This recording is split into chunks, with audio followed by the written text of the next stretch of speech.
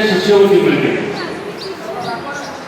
या सर्व योजना आपण जिल्हा सक्षमीकरण अधिकारी कार्यालय जिल्हा परिषद परभणी जिल्हा परिषद ज्या आपल्या याच्यामध्ये असेल त्या ठिकाणी आपल्याला त्या जिल्हा परिषद मध्ये आपल्याला माहिती मिळेल याची सर्व काही ह्या तसेच 5% सेस फंड मधून दरवर्षी जिल्हा परिषदेला फंडाच्या प्रकारातून 5% सेस निधीमधून दिव्यांगांसाठी योजना राबविल्या जातात, परंतु ह्या योजना आपल्याकडे पोहोचतच नाही।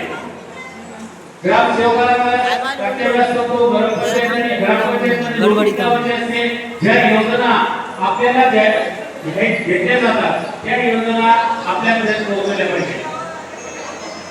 ज्या काही सर्व योजना आहेत या योजनेबाबत आपल्याला आपल्या गावातील ग्रामसेवक, सरपंच, सदस्य, कुणी एखादा कार्यकर्ता असेल यांच्याशी संपर्क साधून या सर्व गोष्टी या कामांचा हात घ्यायचा असतो। जर तुम्हाला काही अडचण आली तर माझा नंबर घेऊन घ्या सर्वांनी।